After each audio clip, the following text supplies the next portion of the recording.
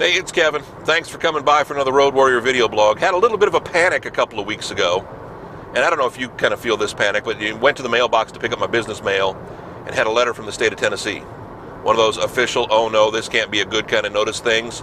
And it's not the time of year where I'm expecting a tax form or I'm expecting any notifications from the state. So when you get something from the state, you go, okay, they're going to want money for something. I can feel that knot in the pit of my stomach. A little bit of a dry throat, just for that small moment, only to open it and find out it was no big deal. It was actually a letter telling me that they're going more electronic than what they have been, and because of that, they're changing my ID number with Tennessee or something like that. I seem to have more ID numbers for my business than I know what to do with. Yeah, it's crazy, and if you have a small business, I think you understand that, where they just keep changing numbers, and I don't know why they need to change the number. I'm sure it's something with their computer system. Let it be more inconvenient to us than them going in and changing all the business numbers. And that's fine. But it was like, all of a sudden, it was like, once I read the letter, it was like, oh, okay, I can breathe again. My wife was sitting out in the car waiting for me to get the mail from the mailbox, and she said, okay, what was that? Because I could see you kind of go white.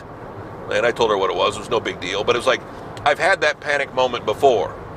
When we opened up our companies, wow, almost 20 years ago? Yeah, almost 20 years ago. We'd opened the companies and had opened a couple just to have on the side because we were going to, we expected to expand and hadn't done anything with them. And I get a letter from the state of Tennessee saying that I owed them $5,000 on a company that didn't have a bank account, that hadn't really gone into business yet. I just actually assigned the name and was getting ready to do something with it. Because the way my lawyer had signed it up, it was for tax and excise. And they expected me to collect sales tax. So they estimated I was going to collect $5,000 in sales tax, and I hadn't paid them yet. So I was going to have to pay them $5,000 plus a penalty. Well, I had to get to my lawyer, and I had to get to my accountant and show them that, well, we didn't expect to have any taxes. We weren't we weren't selling goods and services, and we didn't even have a bank account. It took us about 6 months to get it cleared, but it was a hassle. I still got the paperwork sitting around. But ever since then, I've always been a little nervous because they're willing to send out a bill first, ask questions later. Not my idea of fun, not my cup of tea, but what can you do? It's one of the hazards of being a small business person. But I think that even if you don't have a small business, it kind of helps too when you get mail, and it could be from the IRS. It could be, from something you're not expecting. And you look at that envelope and go, oh, this can't be good. You get that little feeling, that little lump in your throat, that knot in the pit of your stomach. 9 times out of 10, it doesn't turn out to be anything.